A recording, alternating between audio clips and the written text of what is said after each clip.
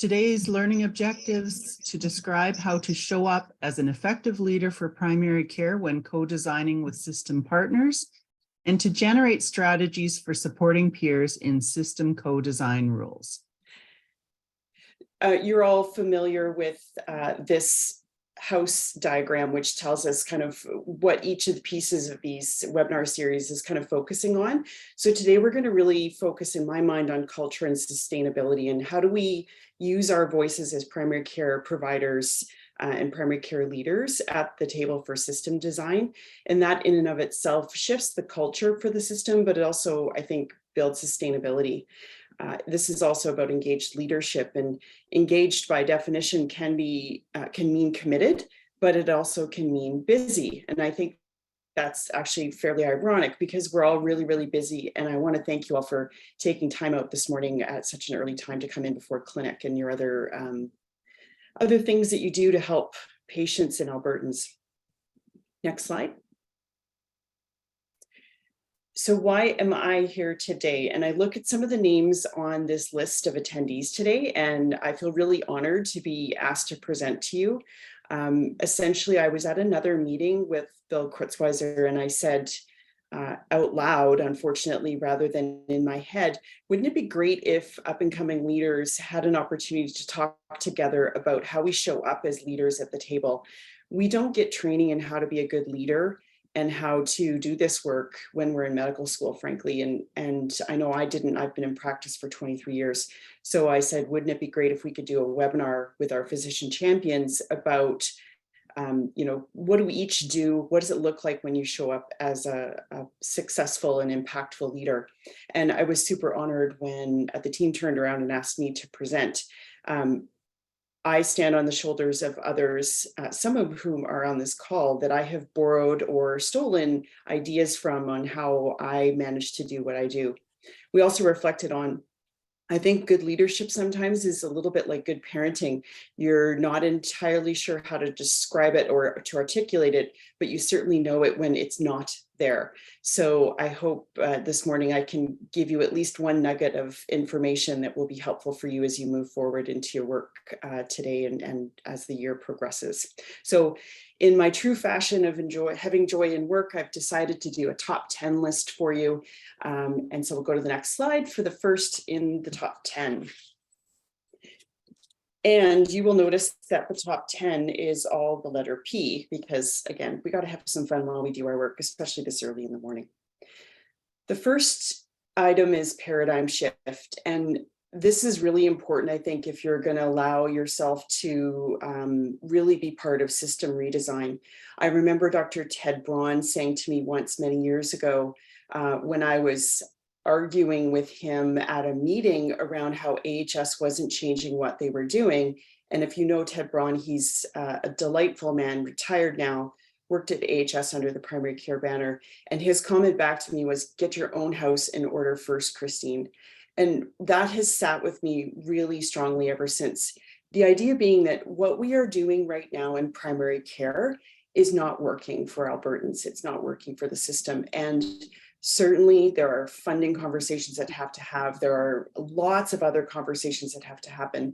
But we also have to think about, are we as leaders showing up at the table selling to the rest of the system a way that medical homes work that isn't actually true of the vast majority of medical homes? Are we outliers and therefore not speaking for what the rest of the system sees in how family doctors show up for the fight?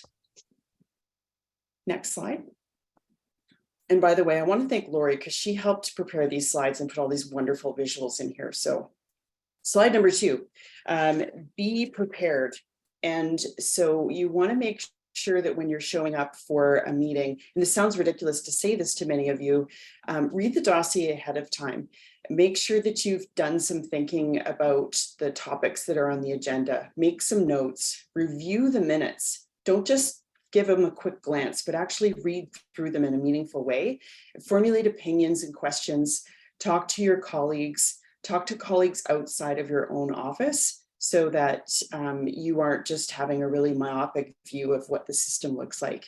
And I often say this to my family and to people I work with closely, I need to let that marinate for a while. Because it's got to get in there, it's got to work its way around with all the other things I know and think about and other ways of looking at the world, not just in medicine, so that I can come up maybe with some new ideas. And I think one of the things we've been super successful with in Calgary Zone recently is one of our meetings where a lot of physicians in the meeting, they were showing up unprepared for the meeting. So we set the meeting time, the first 30 minutes. Everyone logs on. So you see everyone's little tile there, and we all sit for 30 minutes and review the package before we start the conversation. So that way we know everyone is fully informed for the conversation. So thinking about if you're chairing a meeting and people aren't showing up prepared, what's something you can do from a structural perspective to help with that?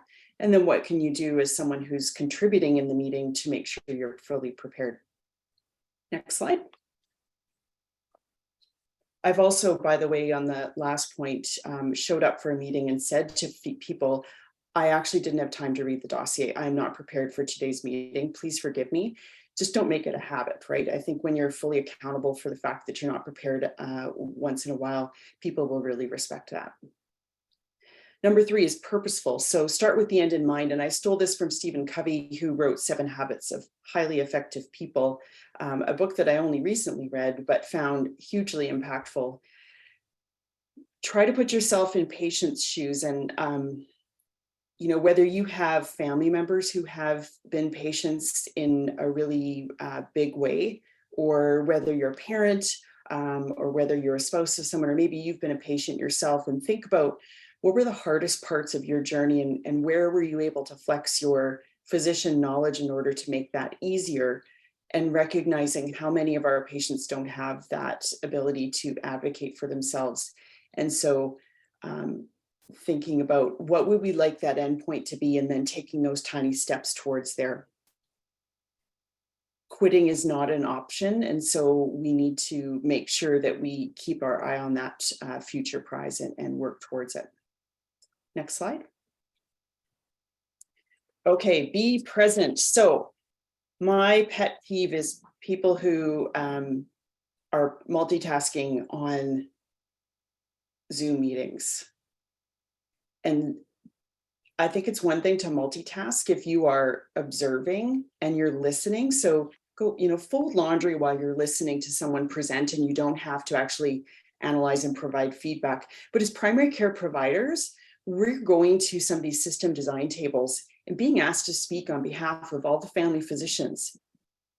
Some of our SCNs have one token family physician on a group that's like absolutely huge.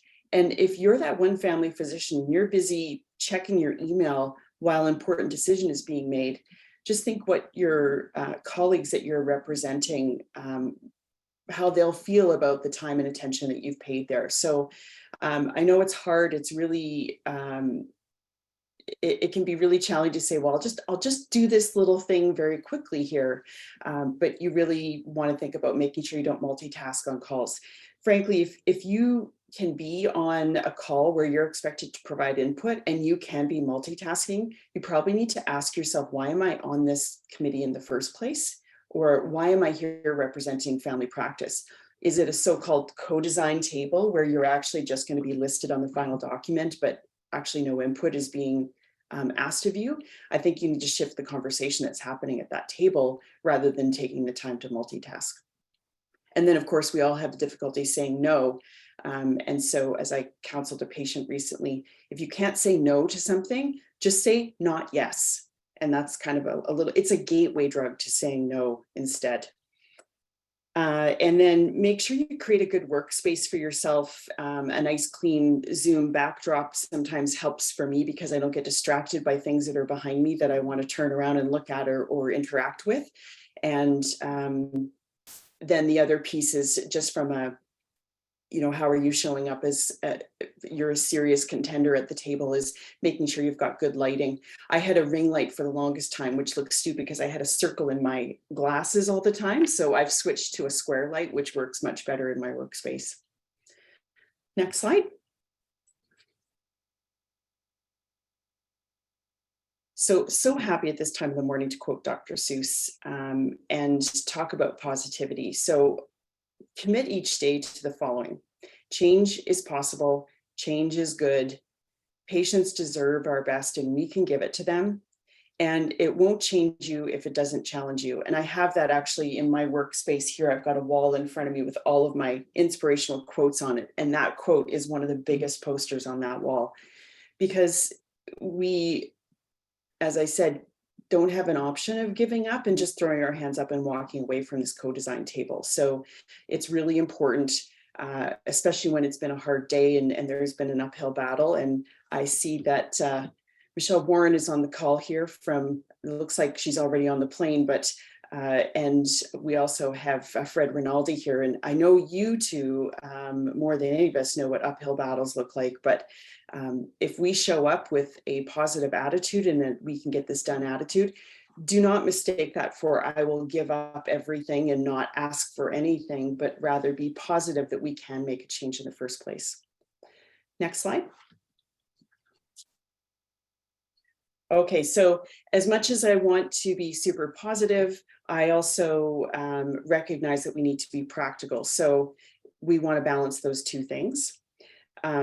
This is what we do with our patients every day as family practitioners, right? We provide them with this advice. We say, okay, well, you need to lose 200 pounds. You don't have to lose it all at once. So let's focus on the first pound. And then once you've done that, let's see what was successful. And then let's apply that again and keep doing that over and over. And as we learn, we can be more robust in our outcomes. So don't get overwhelmed about that long-term goal that we know we're reaching for. Really focus on those small practical things that we can do along the way. And, you know, I was reflecting yesterday when I was at South Calgary PCN office when the minister made the announcement about funding. And just reflecting back in 10 years of my tenure at South Calgary PCN leadership, how much has changed, how far we have come forward. And yes, we have lots of a way to go, but wow, we really have made a lot of positive steps. So I think that's super important. And Janet, I notice you've put in the chat here is where don't fake it.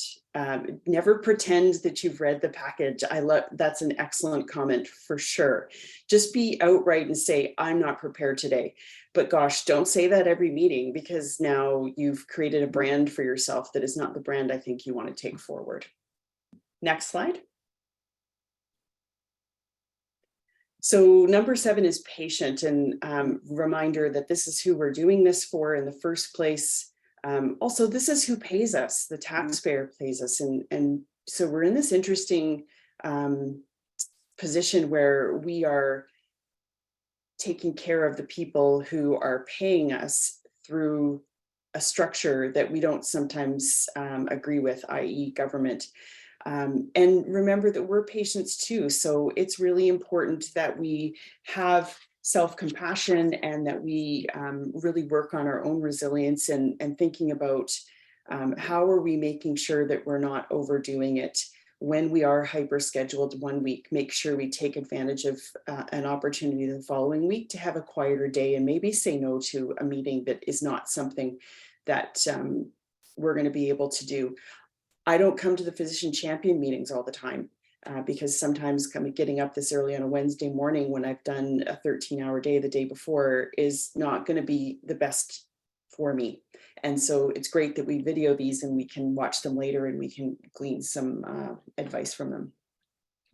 Number 8, next slide, is partner. And Lori, thank you so much for this wonderful graphic. Absolutely love the Batman and Robin.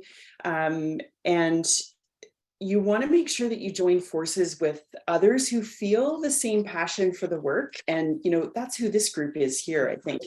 And it's wonderful that we get the opportunity to have the breakout sessions afterwards to chat about what works well for us.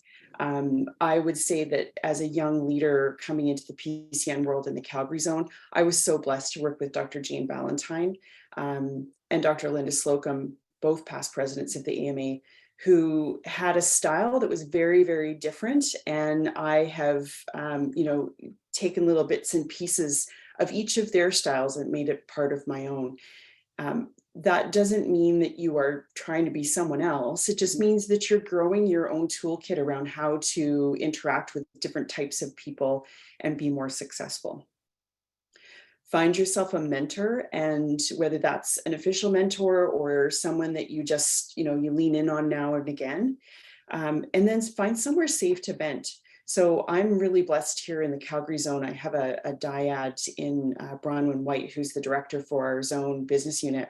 And we will text each other occasionally and say, I need to vent.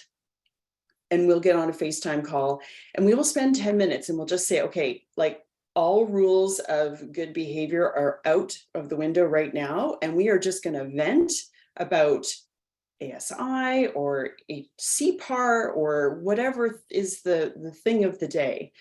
And what's really cool is that we have never needed to vent at the same time. So she'll vent sometimes and I'm the positivity police and I lift her up and vice versa.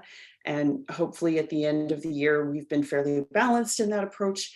But what it allows us to do is to get rid of that negative energy. So when we show up at the table with our planning partners, that we are able to do some of the things that I've already mentioned. Listen to people who disagree with your ideas. And I've underlined that on my notes here because I'm not sure that I yet do this as well as I would like to say that I do this. And this is a reminder for myself that if you can listen to someone who disagrees with you and see what it is that is behind that different opinion or different viewpoint, perhaps there is a place in the middle that you can both come to. But if you cannot even listen to their alternate opinion, there's no hope. So make sure that you listen not to respond, but listen to understand first, and then formulate a way to respond. And I would say again, Ted Braun and Dr. Mike Spady are two folks I think who do this exceptionally well here in the Calgary zone. They always seem to speak late in the meeting, but when they do, they've synthesized a lot of what's gone on in a way that's very impactful. So don't tell Mike I said something positive about him. He'll lord it over me forever. We're old classmates. Okay, next slide. Number 9, be persistent. Be sure about your message and repeat it often. Again, as I said earlier, quitting is not an option. So the only way forward is to really know what it is you're aiming for and keep talking about it everywhere that people will listen.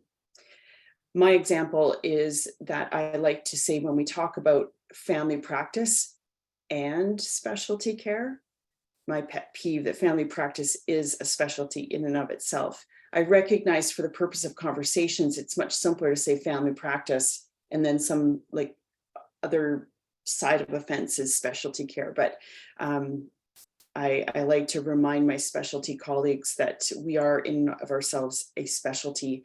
We are specialist generalists, and that is actually sometimes a very hard thing to be. But also remember rule number 8, which is to listen to other opinions and recognize when you need to move your opinion, when you need to shift your message to align with maybe new developments, maybe new funding, all sorts of other things. Because just like this concrete here, eventually things will change given the time.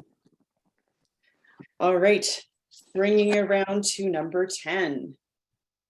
I could not think of a way to say brave, so I had to use my thesaurus. So I came up with plucky. I'm not sure it's exactly the right word for what I was going for, but I liked it anyways. So this is my P word for being brave. For myself,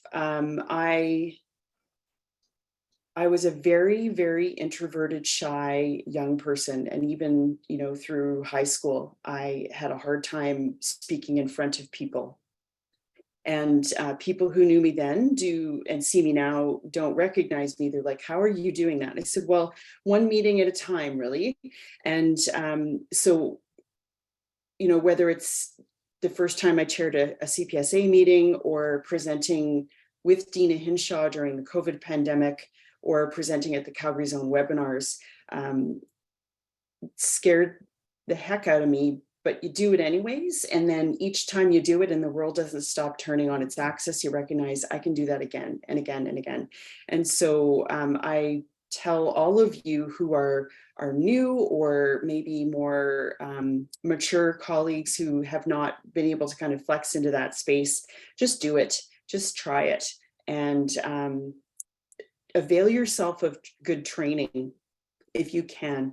I found Crucial Conversations, which is offered through the CMA, to be an absolutely wonderful course in being able to have those hard conversations when there's disagreements. I've also found the media training that we've done here in the Calgary zone as a group of PCNs to be absolutely phenomenal. I've actually done it more than once, and each time I learned something new.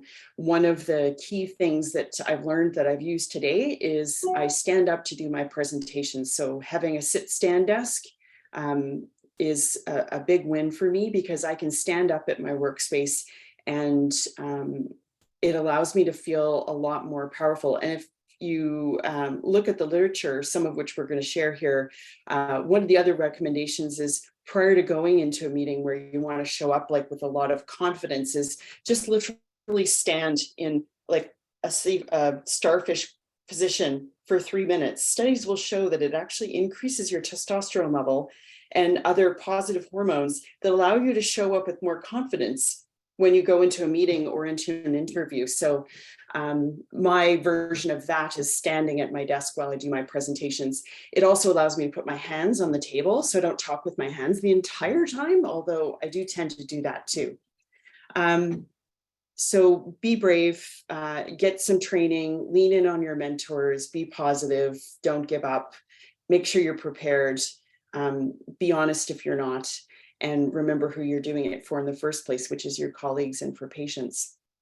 So next slide, I think we have gathered a few resources, and so these are just some TED Talks. While I was at the PCN, I had to do one of my performance review tasks was to say, hey, what are the CME things that you're doing that helps inform your leadership? So I started doing a TED Talk a week. And I created like a 3-page document, but I've pulled a few of them here for you, the ones that I found to be really impactful. And then also a couple of books that I found very helpful in my work, both as a physician, frankly, and as a physician leader. So that is the end of my talk, and I hope you guys are all still there. I have 3 minutes before I have to jump on to my Wolf to CHR transition training. Going to a new EMR, everybody. So happy to take any questions or comments before I jump off over to that.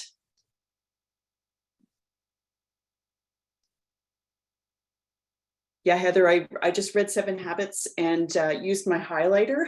My husband caught me, it's his book. He caught me highlighting his book. He's like, what are you doing? I highlight, therefore I know, is what I know from medical school. Another really great one is Atomic Habits. I can't remember who writes it. Yeah, it's become my favorite thing. We drive to Fernie all the time. So an audiobook, 3 hours, you can cover a lot of territory. Yeah. Atomic Habits, I like that. Yes, and someone's asked me if I'm wearing my red shoes today. I'm not. I'm wearing the red lipstick, but not the red shoes. But Mark, partly because I'm in the house and I'm wearing my Croc slippers. So now you know, if you're going to stand up at your desk, I suggest you wear some comfortable shoes while you're doing it.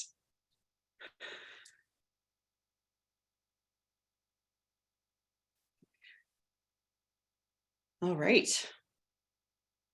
So I think, Lori, that we were going to make sure that the group had my email as well. Happy to, and I can actually just throw it in the chat here too. This is not my work email, but my home email.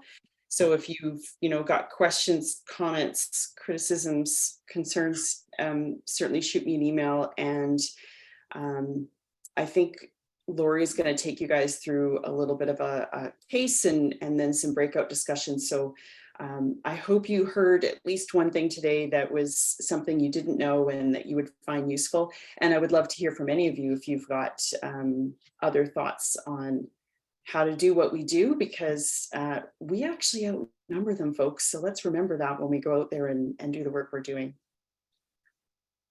And thanks for the invite, Lori, and the rest of the ACT team. Well, thank you so much, Christine. We really appreciate your time, and I know it's a busy, busy morning for you. And so, yeah, I'll take the group over to the next part of the program, which is just a quick case study that we're going to use in our breakout rooms today. And so Dr. Beatrice there has her sign up, so that might look familiar. She's a primary care rep. So we're going to call her urban-based, but in your case studies, you can or your breakout rooms, you can do whichever. But she's a primary care representative on a provincial working group developing a provincial referral pathway. She's being asked to, and I quote, represent primary care, unquote, in this working group, but she's unsure on how to make or endorse decisions on behalf of her approximately 4,000 peers from across the province. And so we want to keep Dr. Beatrice. Maybe a lot of you have already been Dr. Beatrice, but we want in the breakout rooms to chat about a few things. Is how do you know she's even involved with this work? So how can we better connect her to others? And then how could you connect with her? How could you support her in her role? How could you empower her in her role? And how could you connect her with others? And then what kind of networks can you leverage that would help her in her role?